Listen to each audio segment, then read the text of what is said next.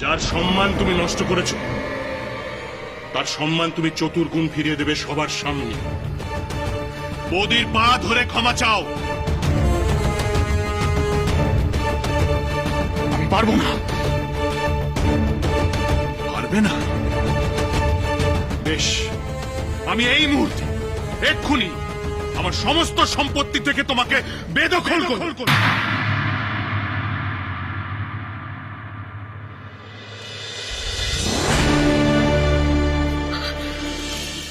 নিবারণ, নিবারণ, বাবা যা বলছে শোন বাবা, যা যা।